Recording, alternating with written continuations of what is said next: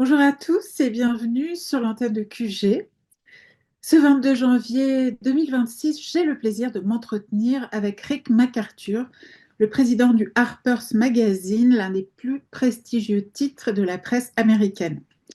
Rick est un habitué de QG où il vient régulièrement nous faire profiter de sa connaissance profonde de la vie politique américaine et de son regard critique sur la politique étrangère menée par les États-Unis depuis la fin de la guerre froide. Bonjour Rick. Bonjour. Il est quelle heure à New York? Il est 9h06. Et c'est peut-être heure zéro pour la Constitution américaine. On est presque, ce qu'on dit en américain, c'est end times, peut-être. C'est biblique. Est-ce qu'un journaliste américain arrive à dormir en ce moment? Ben, c'est difficile parce que Trump mène son propre cabinet de communication. Et il annonce des projets complètement fous euh, au petit matin. Alors, il faut constamment être à l'alerte pour des annonces, bien que les annonces soient ridicules, sottes, bizarres, etc.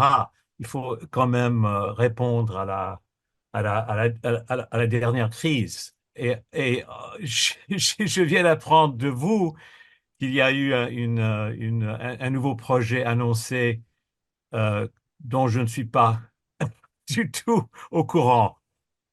Le Conseil de la paix, on va y revenir Oui, au cours de cet entretien. Donc, un an après la réélection de Donald Trump, hein, quasiment jour pour jour, je t'ai proposé de faire le bilan de ce début de mandat en train de renverser définitivement l'ordre international hérité de la Seconde Guerre mondiale. Après la guerre des tarifs en 2025, après le coup d'État surprise au Venezuela pour débuter l'année 2026, le projet d'annexion du Groenland. Le président américain semble totalement en roue libre. Il humilie les dirigeants européens, il s'assoit sur le droit international, il torpille l'ONU et l'OTAN et semble par-dessus tout déterminé à reprendre une politique d'annexion impériale à travers le monde. Le menu du jour est chargé, c'est le moins qu'on puisse dire. On y va, on se retrousse les oui. manches. Ben, le bilan, c'est pas évident parce que je m'aperçois de ça chez beaucoup d'êtres étrangers avec lesquels je parle, que je discute la politique américaine. Ils imaginent un grand projet dans l'esprit de Donald Trump, où il n'y en a pas un projet. C'est une collection d'impulsions, Trump. Ce que mon ami décédé, Robert Lifton, le grand psychiatre social, enquêteur psychiatre, euh, qu'il a prononcé un solipsiste. C'est le solipsisme de Trump qu'il faut regarder. Et un solipsiste n'a aucun point de référence à part lui-même. C'est lui le repère, c'est lui l'objet le plus important. Alors qu'un narcissiste comme Trump, par exemple, comme Macron, quand même, il cherche, il y a un amour-propre excessif, bien sûr. Il s'adore, mais il cherche quand même l'adoration de l'autre de temps en temps. Il a des points de référence, il fait des comparaisons avec l'autre. Alors que Trump n'a pas la capacité de penser aux autres gens, aux conséquences de ses actions. Et c'est vraiment pitoyable, et bien sûr, c'est dangereux. Alors, mais les journalistes américains, les critiques américaines se trompent quand on parle d'un narcissiste. Alors, c'est vrai qu'il est entouré de gens avec des ambitions. Il y a ce fameux projet 2050 lancé par la Fondation Héritage qui cherche à vraiment créer une nouvelle politique à droite pour le gouvernement américain de vraiment réduire l'État-providence, de l'émietter, peut-être de détruire, alors que Trump n'est pas contre la sécurité sociale, par exemple. Il n'essaie pas d'abolir la sécurité sociale, mais de temps en temps, il s'aligne avec les idées du projet 2050 et il ressemble un peu à un droitiste classique, mais c'est pas un droitiste classique, c'est un fou. Un fou, et c'est le fils d'un très méchant propriétaire immobilier de New York. Et dans la famille Trump, on avait vraiment, on serrait les pièces de monnaie. C'était vraiment l'éthique de la famille Trump. Et on vidait les machines de lessive automatique tous les jours. Je ne sais pas s'il faisait ça personnellement, mais de dire que Trump a des projets qui vont au-delà de ses impulsions immédiates, c'est un peu une absurdité. Ça ne veut pas dire, et encore, je reviens sur sa dernière aventure au Venezuela. Alors Ça, attends, on va y venir. on va y aller. Mais c'est sûr qu'il est autoritaire, mais c'est autoritaire pas comme un fasciste. Parce que finalement, j'ai déjeuné hier par coïncidence avec le grand historien du fascisme de Vichy, Robert Paxton. Il m'a fait Robert rappeler Paxton, qui est toujours en vie, qui a quel âge? envie et qui a toute sa tête. Vraiment, il m'a dit, Qui a quel euh, âge? Il a il quel a âge? 93 ans. Mhm. Et il m'a dit, mais Trump, c'est Néron. C'est pas Hitler, c'est Néron. Et que finalement, faut se rappeler que les fascistes, les nazis étaient des dirigistes. Ils voulaient diriger l'économie allemande et mondiale. Ils avaient des idées, ils voulaient dominer les hommes d'affaires et les sociétés, les grandes sociétés allemandes. Alors que Trump les laisse faire n'importe quoi. Si on veut polluer l'eau, on veut polluer l'océan, si on veut piller les biens de telle et telle société ou d'individus, on vous invite à le faire si vous êtes assez puissant. Il est un libéral total, convaincu. Alors, tu parles de roi fou au sujet Oui, de Trump, hein, dans oui, un de tes derniers éditos. C'est ce qui nous a donné l'idée de ce titre. Néanmoins, il y a quand même une chose qui frappe, c'est que ce second mandat de Trump ne ressemble absolument pas au premier. oui. C'est-à-dire que on a l'impression que il y a eu une levée totale des inhibitions, qu'il est désormais dans la provocation continue, dans la transgression, dans la capture de l'attention mondiale, dans la prédation tous azimuts, alors que lors du premier mandat, finalement, il avait été assez mesuré. Et d'ailleurs, c'était un argument lors de la dernière présidentielle pour dire, voyez, il a pas mis le feu à la planète. Donc, bon, c'est pas terrible de le réélire, mais bon, enfin, il va pas se passer de catastrophe. Et en réalité, là, depuis un an et depuis quelques mois avec une accélération très spectaculaire, eh ben, si, on a vraiment le sentiment qu'il peut mettre le feu à toute la planète. Qu'est-ce qui lui donne, selon toi, à ce point les coups des franches en ce moment? Il a été élu de façon légitime. Mais c'est la deuxième fois. La deuxième fois, oui, oui, mais là, il avait une majorité électorale. C'est différent.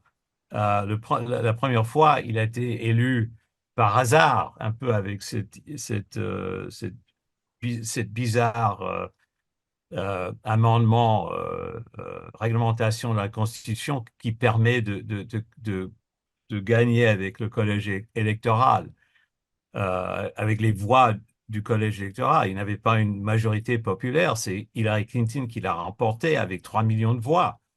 Alors cette fois-ci, vraiment gagné, gagné.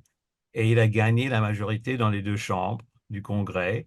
Donc c'est la Alors, légitimité populaire. oui, mais lui, il ne pense pas à la Constitution encore en tant que solipsiste. Il se dit, mais je le méritais. J'étais vraiment gagnant en 2016. J'avais vraiment la majorité. Et c'est juste cette fois-ci, le deep state, l'État profond, a cédé à ma bonté, je ne sais pas quoi, mon génie. Et il se croit maintenant le roi. Et il se croit vraiment au-delà de tout pouvoir, de tout frein. Alors, vous avez vu, il y a à peu près une semaine, c'était- il y a une semaine, les courtisans du New York Times ont interviewé le bureau ovale pour écouter ces déclarations absolument folles, qu'il n'y avait plus de frein. Il pouvait faire n'importe quoi quand il le voulait.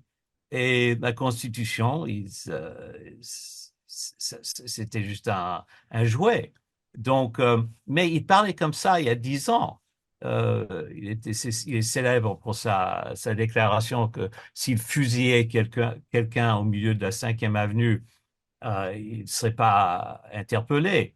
Donc, il a toujours eu cette tendance.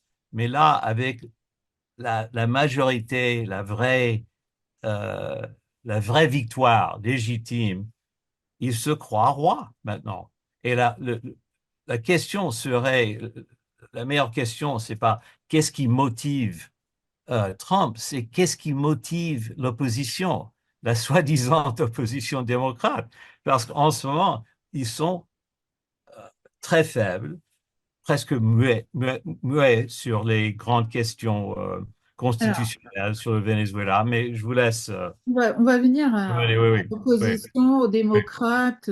Et puis, bien sûr, on a très envie de t'entendre sur l'élection du maire de New York, puisque c'est ta oui, ville oui, oui, et qu'elle a beaucoup intéressé, évidemment, la presse française. Mais puisque tu parlais des courtisans du New York Times qui maintenant sont au pied de Trump dans le bureau ovale, on sait que la presse américaine traditionnelle, institutionnelle, était très hostile à Trump. On sait qu'il a vraiment été élu contre ce monde-là. Un monde qui, je le précise pour ceux qui nous écoutent, n'est pas, et à la fois le tien et pas tout à fait le tien, parce que le Harper's Magazine est un journal qui est le plus ancien mensuel américain, mais c'est un journal non aligné, notamment sur les questions internationales. C'est le seul média américain de ce prestige à avoir remis en question la guerre en Ukraine de façon très forte. Vous avez fait une couverture pour dire que faisons-nous en Ukraine sur fond noir, quelque chose qui vous engageait énormément. Donc, ce monde-là, qui était très hostile à Trump, comment est-ce que il répercute aujourd'hui ses exploits? Comment est-ce qu'il analyse ce qui est en train de se passer? Est-ce que cette hostilité, est-ce que les gens sont rentrés dans le rang? Qu'est-ce qui se passe en fait dans les médias américains en ce moment vis-à-vis de Trump? mais ça dépend, parce que là, et encore, il faut revenir sur l'état profond, le deep state. Selon Trump, les médias, les grands médias font partie du deep state. Alors, ils sont bien sûr corrompus de son point de vue. Mais il y a des fois où le deep state est tout à fait aligné avec Trump. Et sur le Venezuela, c'est évident. Si vous regardez la réaction de la plupart des libéraux, rappelez-vous, mes camarades français, que libéral en Amérique a un sens complètement différent. C'est un peu à gauche. Euh, euh, que la presse libérale était quasiment favorable à l'enlèvement de Maduro. Et Maduro joue le jeu, et il joue le rôle parfaitement parce mou- il ressemble à Saddam Hussein. Il a vraiment, c'est pas un type particulièrement honnête, on peut le dire.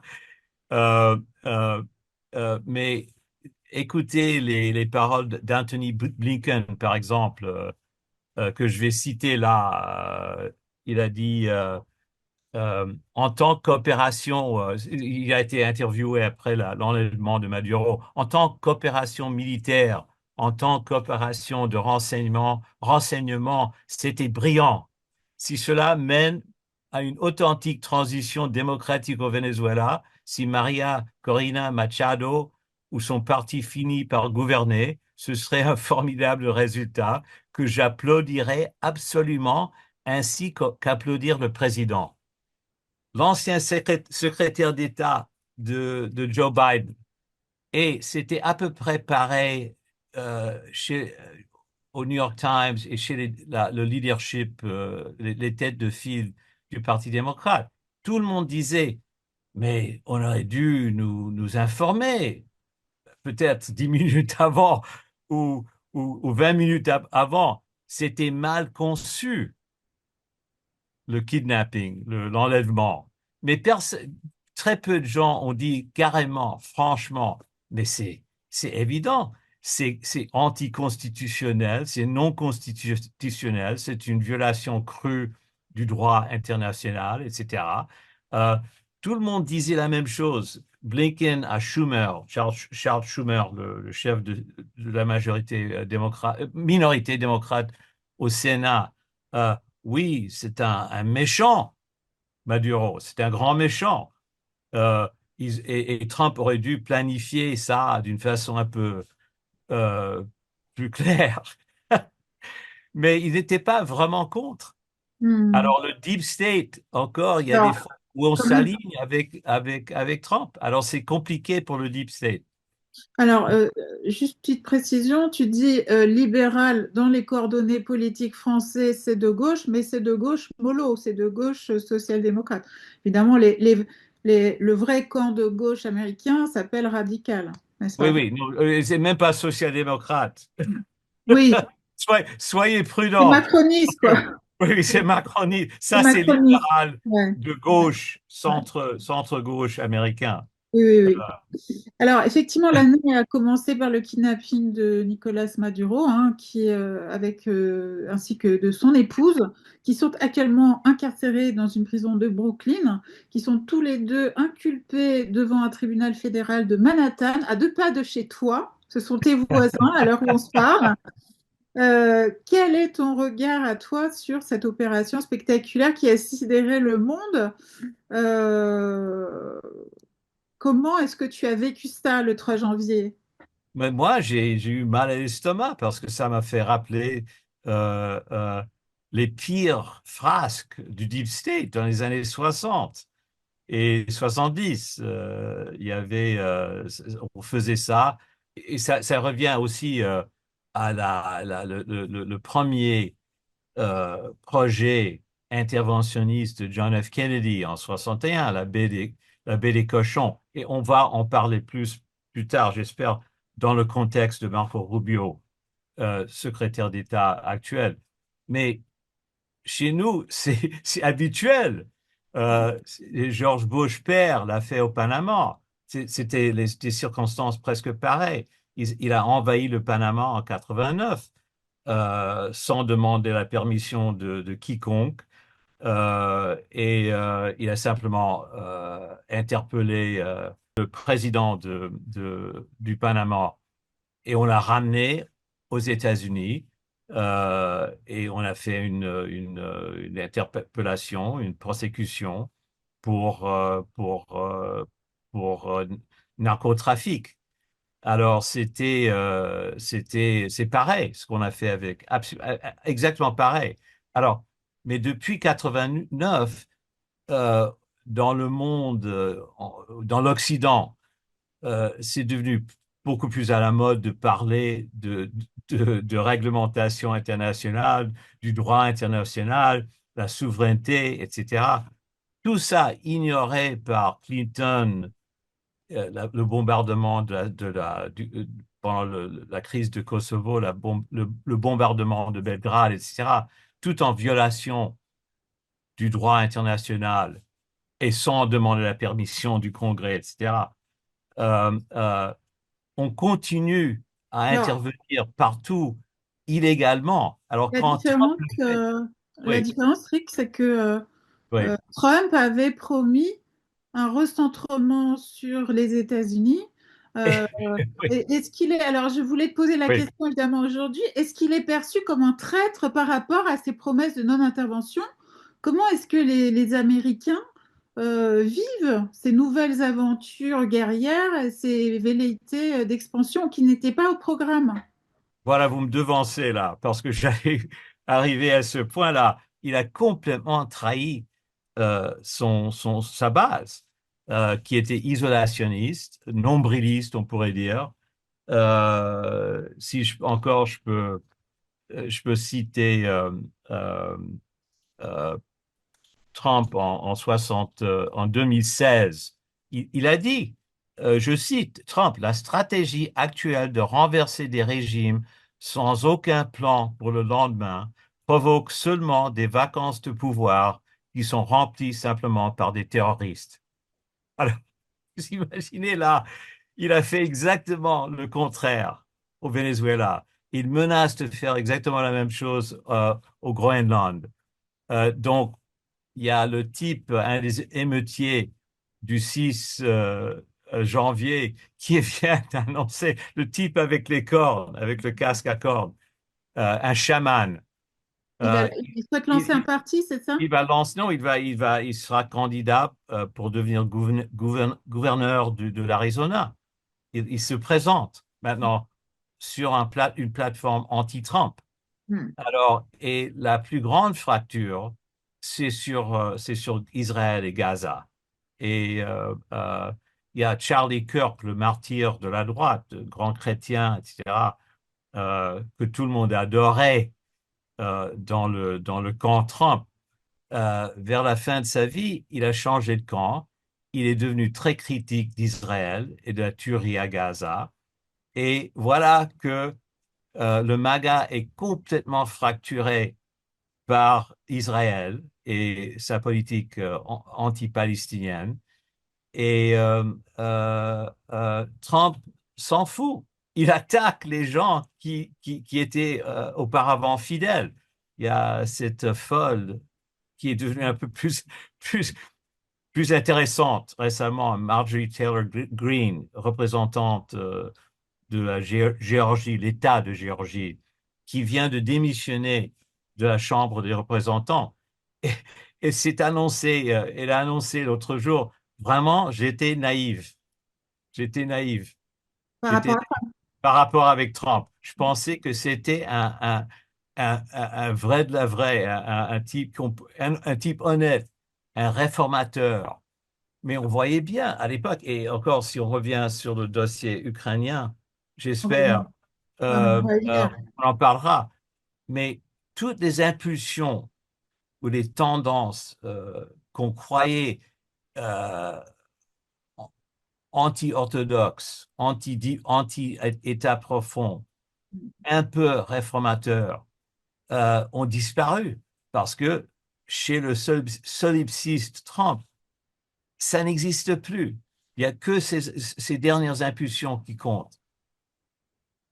Alors effectivement, tu le disais à l'instant, hein, il y a toute une partie du camp trumpiste qui remet en question la politique guerrière impériale assumée hein, lors de ces Oui, derniers mois, et dont des personnages qui ont joué un rôle très important au sein de MAGA, comme le journaliste Tucker Carlson, qui a affirmé que Trump était en train d'entraîner les États-Unis et le monde entier à travers vous dans une troisième guerre mondiale.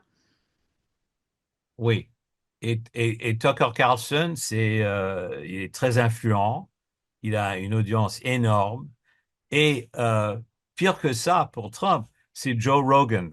Je ne sais pas si vous connaissez Joe Rogan en France, mais il a l'audience la plus grande pour un podcast américain, extrêmement Pour que influent. les gens situent, c'est lui qui avait reçu Mark Zuckerberg lorsqu'il a fait sa mue trumpiste et qui s'est relooké entièrement Oui, quelques semaines après l'élection de Trump.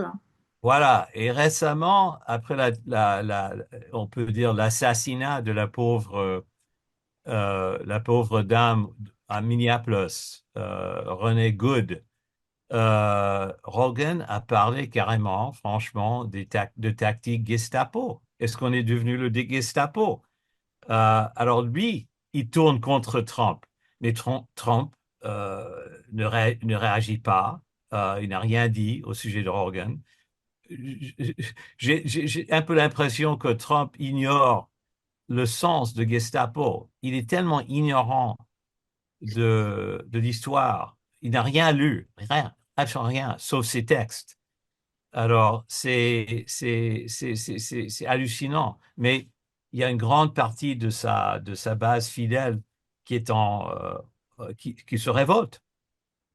Alors par contre, il y en a qui reviennent, hein, parce que j'ai été frappée par les propos hier de Steve Bannon, qui avait été en conflit violent avec Trump, hein, qui s'est fortement Oui. fâché avec lui, et qui hier, après le discours de Trump à Davos, a dit que si on était un globaliste, on entendrait là le discours d'un fou et d'un gangster, mais que lui avait entendu le plus grand discours prononcé depuis Périclès à Athènes. Voilà. Donc, apparemment, il y a un retour de flamme amoureuse du côté de Bannon. Oui. Ben, lui aussi, c'est un fou, mais c'est aussi, il est opportuniste. Il cherche toujours un créneau pour euh, redémarrer dans sa carrière un peu. Il a subi un échec il y a quelques années et il a été inculpé pour des crimes de financiers. Et là, il essaie de rattraper un peu avec Trump. Et il voit bien que Trump perd ses amis, ses partisans. Il profite de la situation. Mais vraiment, la comparaison avec Néron, c'est plus, c'est meilleur que la comparaison avec Périclès. Donc, Alors, quand même, il faut qu'on parle de la grosse affaire de ces derniers jours. C'est bien sûr le oui, Groenland. Trump semblait décidé à faire main basse sur le Groenland, hein, c'est ce qu'il avait dit. Un territoire donc qui appartient, comme on sait, au Danemark, un membre de l'Union européenne et de l'OTAN. Mais hier à Davos, il a semblé offrir une porte de sortie honorable aux dirigeants de l'Union européenne, puisque bah, il a dit que ça se ferait pas par la force, ça se ferait par la négociation. Il a entamé des discussions avec le Danemark pour placer d'autres bases militaires américaines aux États-Unis. Et bon, il a l'air de gagner un petit peu de temps. À ton avis, c'est purement tactique? Est-ce qu'il ira jusqu'au bout? encore, le tactique, c'est le tactique de court terme. Et vraiment, ça, c'est la mentalité immobilière de négociateur d'immobilier de New York. Un milieu que je connais un peu. Et dans le milieu immobilier, l'idée, c'est pas seulement de gagner un peu plus d'argent, quelques sous là ou là, etc. C'est de humilier l'opposant et aussi de le tromper. Alors, il faut absolument jouer le jeu de négociateur un peu opaque. Mais le monde, heureusement, n'est pas simplement un terrain à vendre, pas jusqu'à présent. Et pour Trump, c'est juste un terrain. C'est un terrain pour le développement et pour le partage et pour l'achat. Et donc, lui, il se trompe sur le vrai monde, mais on voit ses idées farfelues, ses déclarations sur le coup, comme hier, un peu, pas un peu, beaucoup, les tactiques immobilières qu'il a appris au sein de la société Trump immobilière à New York. Et là, c'est gagner un peu là, peut-être reculer un petit peu, faire pas en arrière, et après frapper et peut-être tuer Alors, il n'a pas peur de tuer parce qu'il était entouré de tueurs. Il était conseillé par Roy Cohn, un grand avocat qui a conseillé Joseph McCarthy, l'archi-anticommuniste des années 50, mais aussi des mafiosos. C'était le conseiller, l'avocat pour des mafiosos à New York. Alors, je dis pas que Trump va ordonner l'assassinat d'un leader européen, mais simplement, il a cette mentalité. Alors, quand vous me demandez, Mhm. ira-t-il jusqu'au bout? Mhm. Oui, Probablement oui. oui, probablement Probablement oui. oui. Probablement oui. Et il faut s'en méfier. On peut pas rigoler. Il faut vraiment s'en méfier. Alors, je rappelle que ton journal Harper's a été l'un des seuls, hein, je le disais un petit peu en introduction, l'un des seuls de toute la presse américaine à s'interroger sur le sens de cette guerre en Ukraine.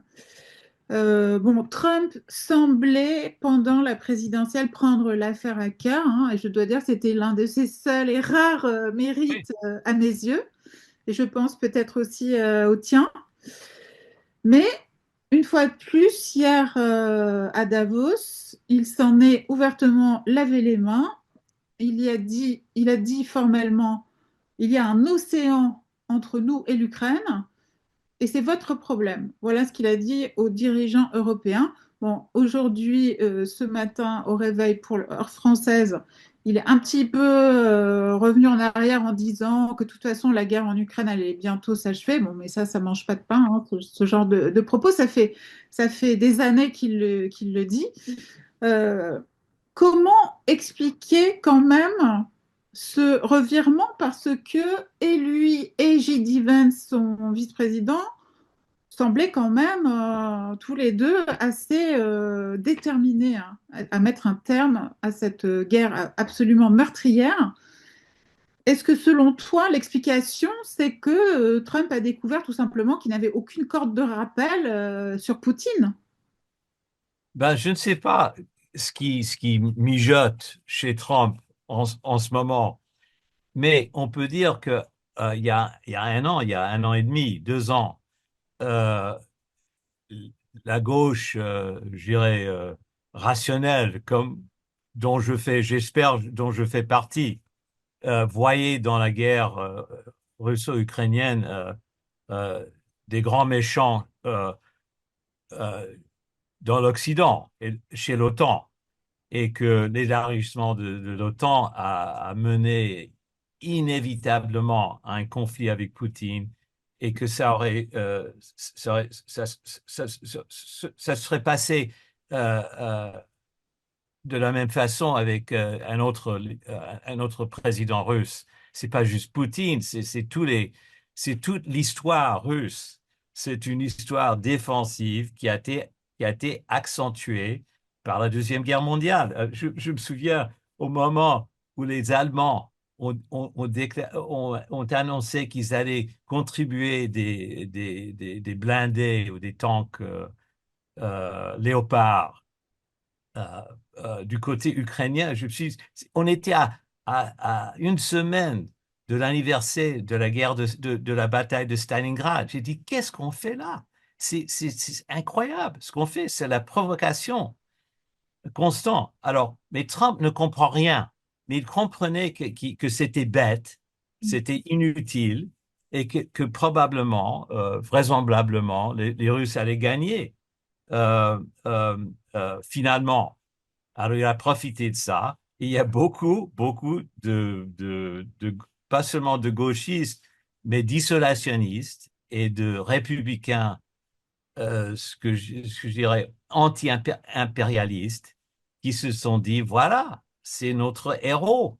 Il arrive sur le Alors, terrain, sur la scène, il va vraiment négocier Alors, un deal. pas tellement de gauchistes, hein, parce que les Oui, gauchistes, aussi bien aux États-Unis qu'en France, étaient plutôt pro-guerre, hein. oui, c'est ça, c'est ça. Alors chez nous, on voulait Je pense pas que vous seulement avez les la mêmes. guerre, Mm. on voulait pas simplement la guerre, on voulait carrément le renversement de Poutine. On parlait ouvertement de renverser Poutine. C'était pas assez de défendre les frontières ukrainienne, il fallait aller jusqu'à Moscou et le renverser. Alors, et pour certains gauchistes, c'était la guerre d'Espagne, la guerre civile d'Espagne. On a Euh, entendu ça ici aussi. on Mm. disait des conneries. Je ne peux pas y croire. Aujourd'hui, on a arrêté cette connerie. Mais on avait beaucoup d'espoir et j'ai interrogé beaucoup de gens au moment de l'investiture de Trump. Est-ce que vous pensez vraiment qu'il est sérieux? Parce que pour moi, Trump n'a aucune capacité d'attention. Alors, avec le Euh, recul, Rick, il était sérieux et il est dépassé par la situation ou c'était vraiment des paroles inconséquentes? oui, c'est par inconséquente et un coup de tête, un coup de tactique, disons. C'était vraiment sur le coup et il y a des gens bien dont mes amis, Andrew Bacevich, par exemple, qui disaient, voilà, s'il s'entoure de diplomates, il fait un vrai effort avec Poutine et que on cède l'adhérence de l'Ukraine à l'OTAN, etc., des choses comme ça sera résolu. Mais on ne savait pas à quel point ce type ne pense pas et ne s'intéresse pas à l'histoire, mais il ne pense pas à la situation actuelle et de mettre deux promoteurs d'immobilier à la tête d'une équipe de négociation, c'est de l'idiotie. C'est de la pure idiotie. Alors, comment est-ce que Trump est dépassé par la réalité? J'en sais rien parce qu'il est dans sa tête solipsiste. Et je sais qu'il y a beaucoup de gens. Il y a l'Institut Quincy, dont on parle un peu, j'espère, en Europe, qui est plutôt centre-gauche, centre-droite, républicain, etc., qui est vraiment cherche à trouver à résoudre le conflit russo-ukrainien. Ils sont en désespoir là. Oui, oui, je le rappelle au passage, hein, depuis le 11 janvier dernier, la durée de la guerre russe contre l'Ukraine a dépassé celle qui a opposé l'URSS à l'Allemagne nazie. Donc ce Oui, n'est qu'un symbole, bien sûr, mais oui, ça dit quand même beaucoup de choses sur l'enlisement de cette affaire.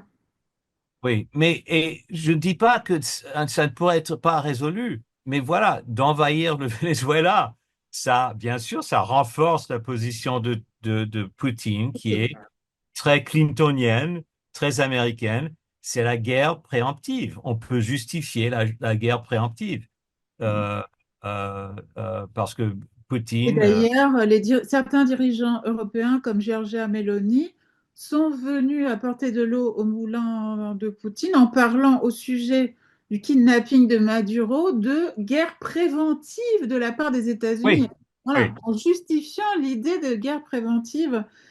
Euh, oui, donc, moi effectivement, je dis pour Poutine, on peut dire que l'affaire du Venezuela une occasion fantastique c'est du de pain béni, légitimer c'est du ces pain actes. béni. Oui.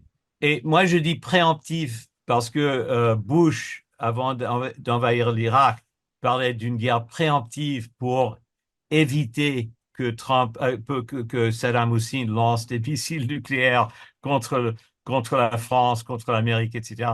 Mais aussi préventive, ça marche. Ça marche. Alors, Mais là, encore, il faut souligner que Trump, dans ce sens-là, euh, c'est mis à côté du Deep State. Et Blinken, vous voyez bien, on est plutôt content. ce qui n'est pas bon signe, c'est la boussole qui indique le sud. Très mauvais signe. Et c'est pour ça que j'ai des doutes sur la fin de l'histoire. Vous allez, je veux dire, élection 2026. Alors, justement, puisqu'on parle Oui, d'élections, oui, euh, The Economist affirmait hier que la cote de popularité de Donald Trump était en chute libre comme jamais depuis le début de son second mandat, bien en dessous de celle de Biden à la même époque et bien en dessous de la sienne lors de son premier mandat. On sait que de nouvelles élections arrivent fin 2026, les fameux midterms. Qu'est-ce qui se passe concrètement si Trump, comme c'est probable, perd les midterms? Et est-ce que son accélération actuelle, hein, sa véritable frénésie d'action spectaculaire n'est pas liée aussi au fait que d'ici quelques mois, de toute façon, il pourrait avoir les mains liées? Oui, ben alors, la question, c'est vraiment à poser, c'est aux républicains de souche. Alors, rappelez-vous qu'en 2016, euh, le Parti républicain officiel s'est rassemblé, ils étaient unifiés contre Trump. Et ils ont perdu, ils ont complètement perdu. Et alors, on voit un peu cette fissure s'afficher de nouveau dans le récent débat sur l'invocation de la loi pour les pouvoirs de guerre.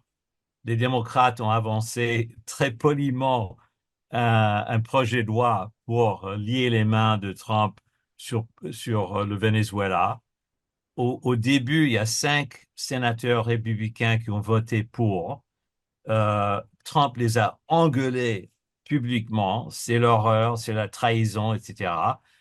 Euh, ils ont reculé, ils ont lâché, et maintenant ils ont voté contre eux avec une majorité de je ne sais pas combien de votes, contre cette résolution qui aurait un peu freiné les ambitions de Trump au Venezuela, au Groenland.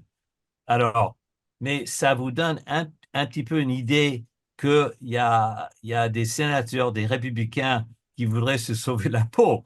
Parce que s'il y a une chute brutale en novembre, Mhm. euh, qu'il est vraiment perdant, et il y a une énorme majorité démocrate, il y aura des républicains qui croient à leur avenir politique, qui vont abandonner Trump. Mais pour l'instant, ils ont tous très peur de Trump parce que dans les primaires, il a toujours beaucoup de poids sur l'électorat et c'est pas formidable d'être engueulé par Trump en public, en privé, etc.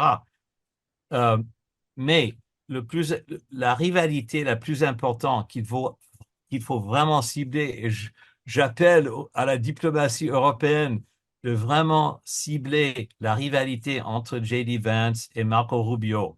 Parce que Vance essaie vraiment de retenir la base MAGA traditionnelle, isolationniste. Et je ne sais pas si vous avez remarqué, mais il parle très peu en ce moment.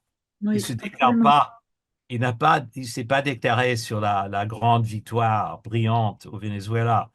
Alors que Rubio en a profité énormément. Rubio se voit comme rival de Vance pour succéder à la Maison-Blanche. Euh, il compte sur les Cubains exilés en Floride, d'où il vient. Sauf qu'il y a quelque chose que je comprends pas, c'est que sa famille est partie en 56, avant la Révolution. En tout cas, c'est un fidèle anticommuniste et il se voit soulevé par la foule à Miami si le Cuba tombe, si le régime cubain tombe. Et ça, c'est sa vraie ambition à Par travers eux. le Venezuela. On coupe le pétrole, il y a une catastrophe économique au Cuba, la révolution, on installe quelqu'un de gentil, pro-américain, euh, et Rubio réussit où Kennedy a échoué dans la baie des Cochons. Et, et là, c'est le rêve de beaucoup de Cubains et beaucoup de Latinos américains. Et Rubio, il parie sur cette idée. Vance parie sur un retour à la vraie idéologie MAGA, si on peut parler d'idéologie MAGA. Alors, on va voir des contestations et des tactiques entre Rubio et Vance dans les prochains mois. Et il faut regarder vraiment de près et voir ce que tous les deux font pour avancer leur propre candidature pour la présidence. Alors, on va maintenant tourner nos regards du côté du Parti démocrate pour savoir un petit Oui. peu comment il fait face à cette tornade. Alors évidemment, je le disais tout à l'heure, tu es New-Yorkais, donc tu as vécu intensément l'élection de Zoran Mamdi comme nouveau maire de Gotham. Tu sais, dans un Quand édito, même. Oui. et tu disais, c'est la meilleure chose qui soit arrivée à ma ville natale et au journalisme depuis très longtemps. Tu étais un petit peu taquin. Explique-nous pourquoi, explique-nous pourquoi c'est la meilleure chose. Ben, la presse Murdoch s'est soulevée contre Mamdani avec une méchanceté, une folie extraordinaire. Mais moi, en tant que journaliste, et j'ai travaillé pour les journaux, alors j'apprécie un peu les tactiques sensationnelles du New York Post. Alors je le lis par fidélité à mes camarades qui sont toujours piégés dans la presse quotidienne. Euh, mais les choses qu'ils ont dit sur Mamdani, un jour, c'était un tueur de juifs qui voudrait refaire l'Holocauste. Euh, la, la semaine suivante, il était djihadiste parce qu'il se mettait avec des Arabes, des musulmans de New York. Il faisait campagne dans des mosques. Et à la fin, Trump, que j'appelle le correspondant spécial du New York Post à Washington, a annoncé que Mamdani était communiste et que finalement on allait élire un communiste à l'hôtel de ville de New York. Et c'était grave. Alors, il y avait un candidat démocrate appuyé par les réguliers, je veux dire le parti officiel, euh, euh, Andrew Cuomo, ancien gouverneur. Mais Mamdani, il flottait sur une vague d'enthousiasme incroyable et d'une haine contre la classe immobilière à New York, parce que les loyers ici sont extraordinaires, c'est invivable maintenant, New York. Alors il disait ça, non, je vais geler les loyers, etc. Et c'est un type vraiment très malin, très bien. Et alors, le New York Post, qui est le porte-parole de Murdoch et de Trump à New York, était dans tous ses états, mais Mamdani a quand même gagné avec une petite majorité. Alors, c'est formidable, mais en même temps, il a battu le parti régulier démocrate, qui a très peur. Et ce que j'ai commenté, et que personne d'autre a commenté, c'est le fait que Trump a finalement appuyé la candidature de Cuomo. Il y a 2 jours avant l'élection, officiellement, il a dit il faut voter pour Cuomo. Il n'y a pas un seul démocrate officiel du parti régulier qui a commenté cette horreur. Soi-disant, Trump, c'est l'horreur. Mais quand Trump soutenait, appuyait la candidature du rival de Mamdani, c'était très bien, très bien. Alors, je pense que tu le sais, mais je le rappelle, en France aussi, Mamdani a été présenté comme un islamiste. On a évoqué un axe Mamdani, Al-Qaïda, Ben Oui, oui, oui, Laden, le oui, tout dans la ville du 11 septembre. oui, Il y oui. a toutes sortes d'officines chez nous, comme le printemps républicain, qui se sont déchaînées sur lui et qui en plus voient en lui le grand inspirateur, le nouvel inspirateur de Jean-Luc Mélenchon. Alors ça ne, bon, ce sur quoi on n'a aucune information véritable, donc ça n'a pas arrangé ses affaires dans les médias mainstream chez nous. Néanmoins, on a évoqué une espèce de lune de miel improbable entre Mamdani et le président Trump, hein, suite à leur rencontre dans le bureau ovale. Il correspondrait, enfin en tout cas jusqu'à l'affaire vénézuélienne, il correspondait régulièrement. Est-ce que c'est le cas selon toi? Et est-ce qu'il fait du bon travail actuellement à New York? Ce que j'avais dit dans ma chronique, c'est est-ce qu'on subirait un pogrom, un djihad ou un goulag à New York? Mais finalement, aucun, parce que Trump l'a embrassé presque dans le bureau ovale. Il a annoncé qu'il serait content de vivre dans une ville gérée par Mamdani. C'était hallucinant. Je ne sais pas comment ça s'est passé, mais voilà. Et C'est le jusqu'à goût présent, le goût et du jusqu'à succès. Il a été entraîné par la, par la vague successful de Mamdani. peut-être, mais ben, il voit que Mamdani est gagnant et Trump apprécie les gagnants. Alors, il déteste ceux qui perdent, Les losers. alors les losers. Alors, mais en même temps, Mamdani est très malin. Il s'est prononcé très clairement contre l'enlèvement de Maduro. Il a parlé des citoyens vénézuéliens de New York qu'il voulait vraiment protéger. Il il a, il a dit tout ce que Schumer et les caciques du Parti démocrate n'ont pas dit. Et, et il continue sur son programme social-démocrate avec l'aide du gouverneur dont il a absolument besoin, la gouverneure Hochul, qui l'a appuyé parce qu'elle ne voulait pas subir une élection primaire avec un opposant du camp Mamdani. Alors, pour l'instant, Hochul coopère avec Mamdani. Alors, on pourra peut-être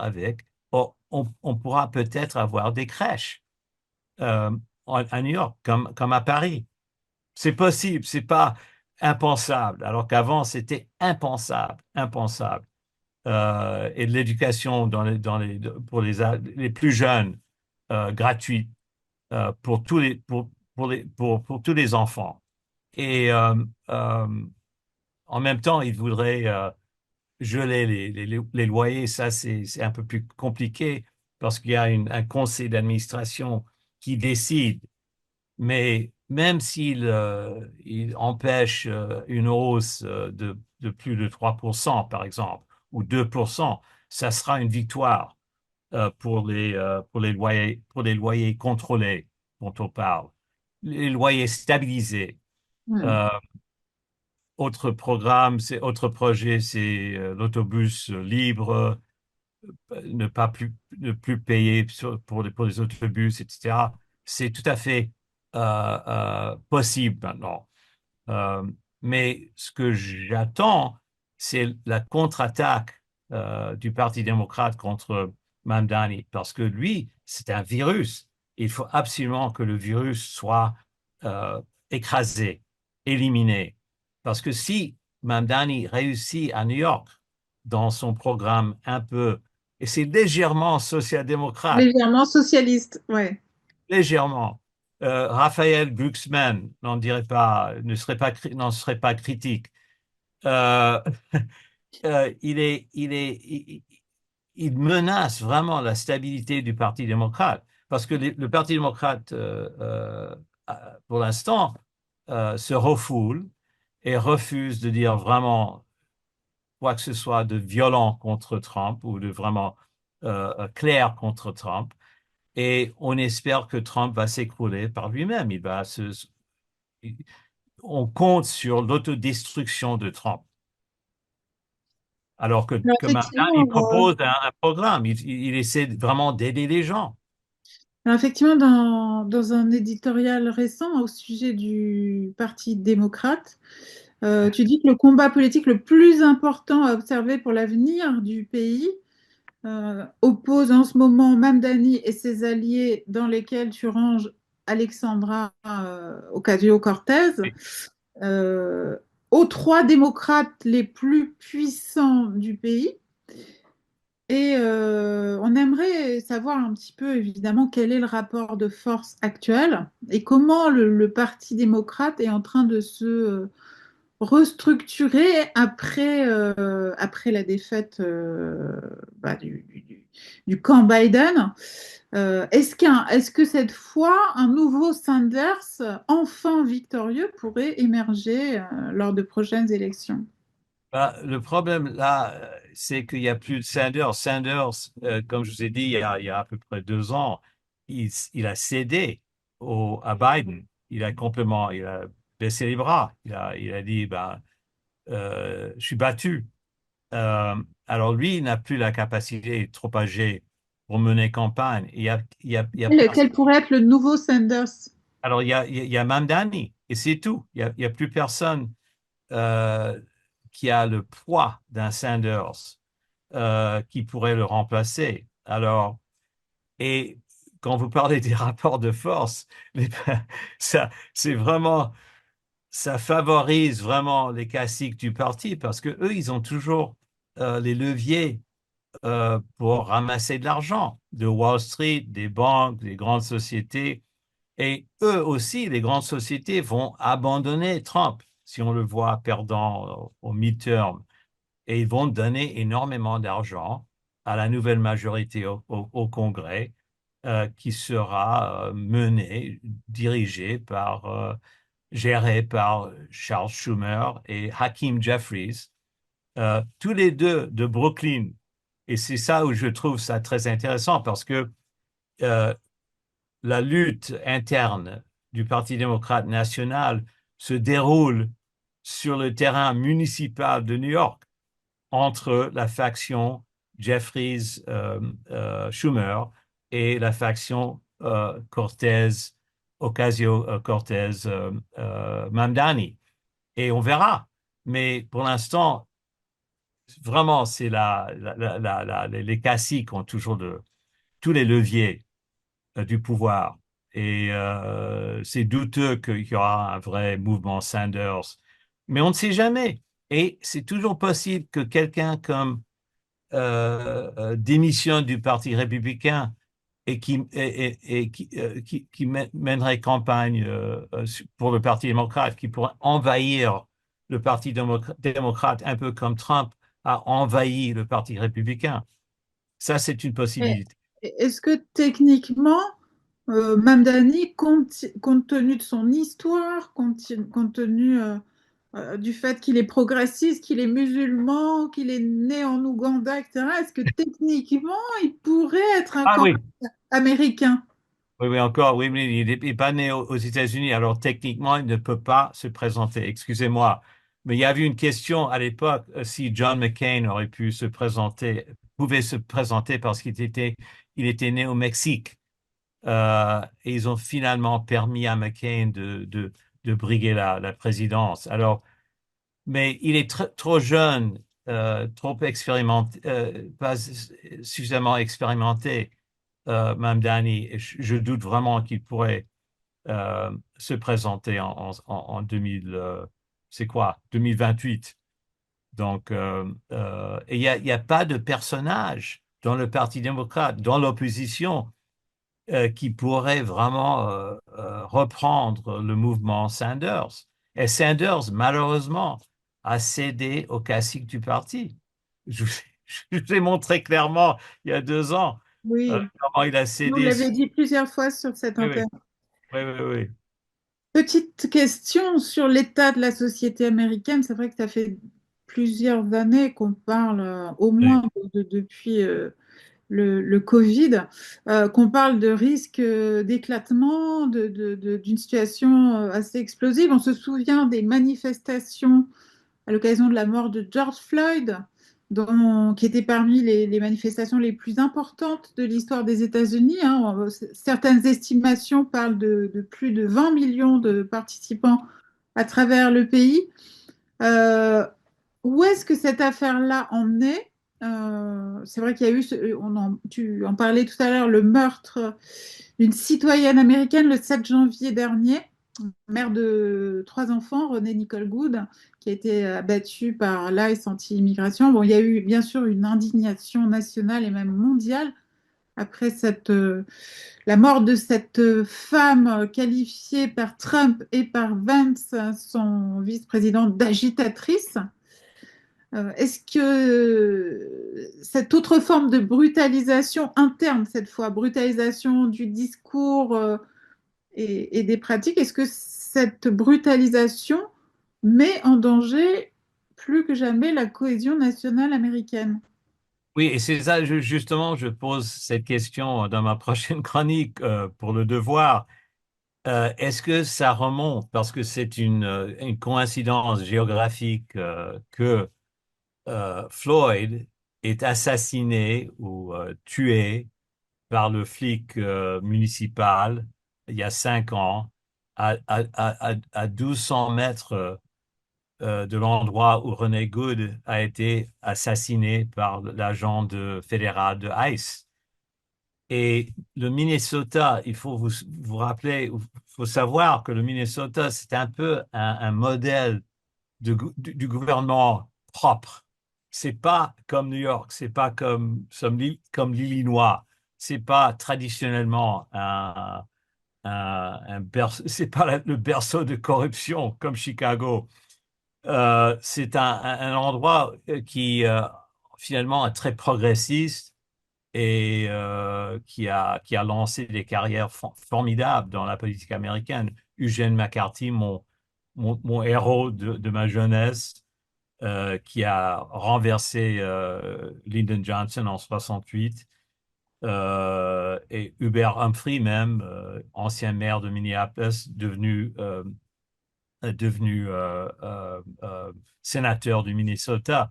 En tout cas, je pose la question, est-ce que cette tuerie à 5 ans de séparation dans le même endroit, effectivement, ça indique une fissure qui remonte aux grandes fissures nationales, aux grandes tragédies nationales, le 11 septembre, le Vietnam, des trucs comme ça. Et finalement, je suis indécis parce que là, comme vous le savez, j'espère, il y a cette lutte traditionnelle entre le pouvoir du gouvernement fédéral et les gouvernements d'État, de chaque État. Et on parle des droits des États. Et dans les années 60, les sudistes racistes tenaient à cette idée des droits des États pour repousser l'intégration et garder les écoles ségrégées, garder les Noirs à l'ombre, etc., séparés dans la société. Alors aujourd'hui, les libéraux, les social-démocrates euh, commencent à comprendre pourquoi euh, le pouvoir de chaque État compte et que ça pourrait être utilisé contre un gouvernement fédéral qui va trop loin. Alors, je ne dis pas qu'il y aura d'ici 2 mois ou 3 mois une confrontation entre les forces de l'ordre de Mm. Minnesota, je veux dire une confrontation armée entre les forces de l'ordre de Minnesota et les forces de l'ordre fédérales. Mais c'est possible. Et il y a toute une tradition aux États-Unis de milices dans chaque État. Ça remonte à la Révolution. Et nous arrivons à la 250e anniversaire de la Révolution américaine, de la Déclaration d'indépendance. Et on ne sait jamais dans l'histoire. C'était qui? Camille Desmoulins qui a fait le grand discours euh, dans la cour du palais royal, qui a soi-disant allumé le feu qui vous a mené à la Révolution française. Peut-être quelqu'un va prononcer un discours qui va allumer un feu antifédéral, anti-gouvernement, dans un État de gauche ou dans un État démocrate qui pourrait mener à une confrontation violente. Je ne parle pas de de guerre civile. Mais je me souviens des années 60 et des années 70 surtout, et il y avait des confrontations vraiment violentes. On était sur le point, peut-être pas d'une guerre civile, mais il y avait une violence et les émeutes qui ont suivi le meurtre de George Floyd, ça pourrait se reproduire aux États-Unis s'il y a encore un noir fusillé par un flic blanc ou s'il y a encore un assassinat d'un manifestant anti-ICE. Alors, la famille de René Good a pris le même avocat que celle de George Floyd, mais les manifestations semblent avoir moins pris, je pense qu'on peut le dire. Oui, C'est un petit peu en train de s'éteindre. C'est vrai oui. que Trump allumant des feux absolument partout, c'est assez difficile de courir derrière. On va quand même essayer de Mais trouver si quelques... je, si je veux juste ajouter 2 secondes, j'ai un ami plombier qui devrait être pro-Trump. Vraiment, mais il est vraiment anti-Trump. C'est lui qui me parle de s'exiler. Il m'a demandé quel est votre plan de sortie?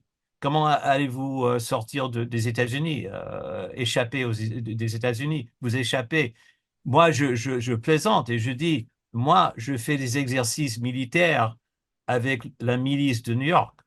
Je m'apprête pour la grande confrontation avec l'État, avec le gouvernement fédéral. Ah, excusez-moi.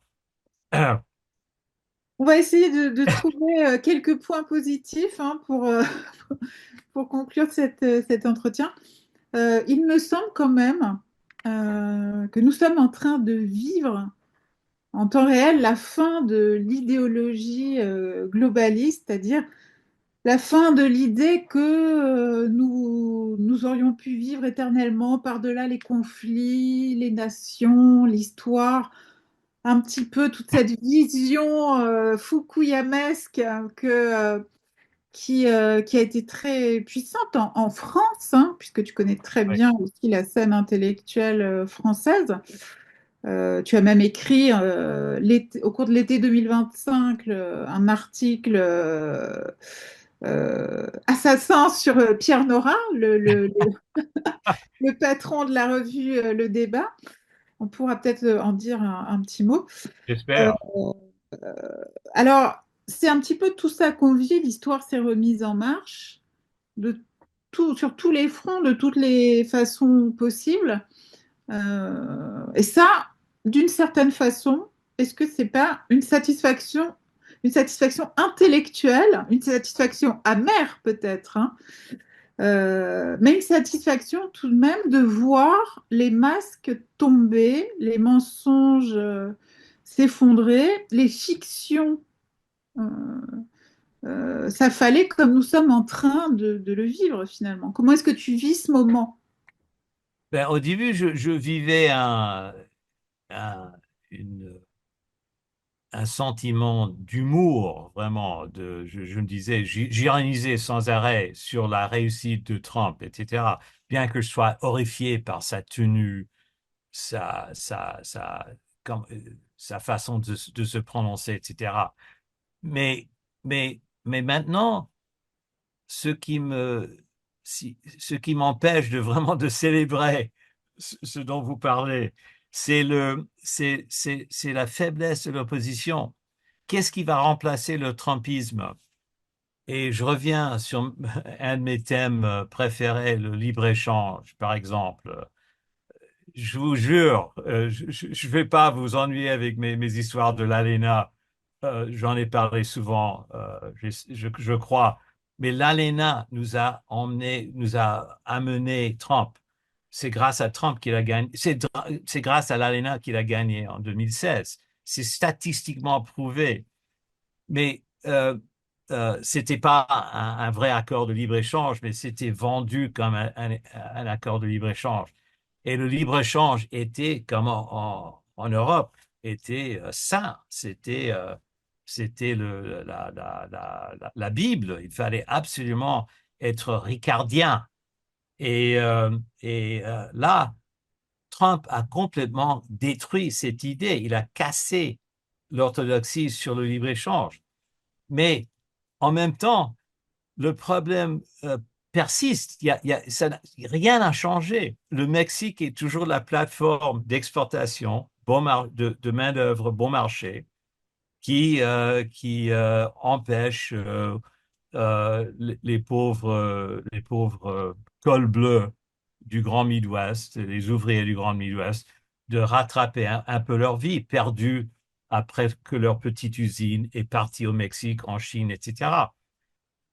Alors, si Trump, lui, n'a rien changé, parce qu'il n'a rien changé, il a un petit peu refait l'ALENA avec un nouvel accord qui est à peu près pareil. Ça a aidé un peu les ouvriers d'auto au Mexique.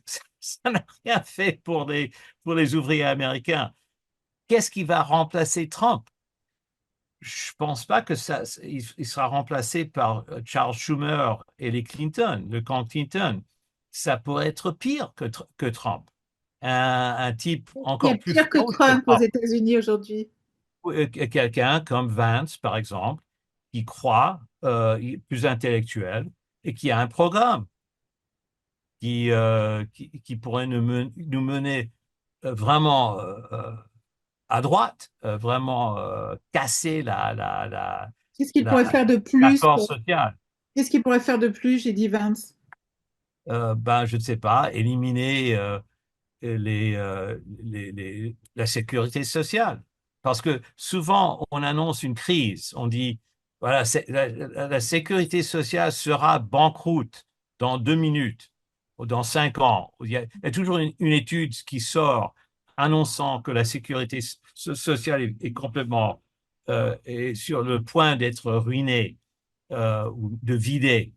Alors, Vance pourrait déclarer un état d'urgence et dire vraiment, on n'a pas de sous, alors on ne peut plus payer la sécurité sociale. Le Mm. déficit fédéral a augmenté trop, etc.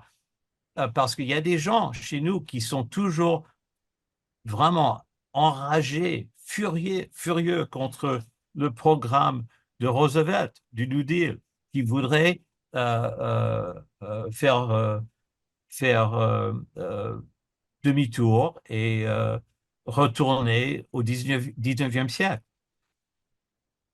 Et Alors, même Trump ne propose pas ça. merci, John Rick MacArthur, de nous avoir à nouveau livré votre ressenti sur ce qui se passe au pays de Donald Trump. Je pense que nous aurons l'occasion d'en reparler dans les mois qui viennent, dans les années qui viennent. Merci mille fois.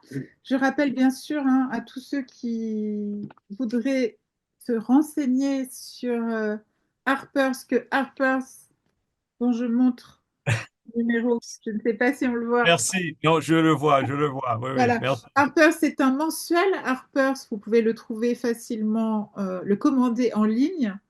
Vous pouvez vous abonner en ligne. Si je dis pas de bêtises, je parle sous ton contrôle.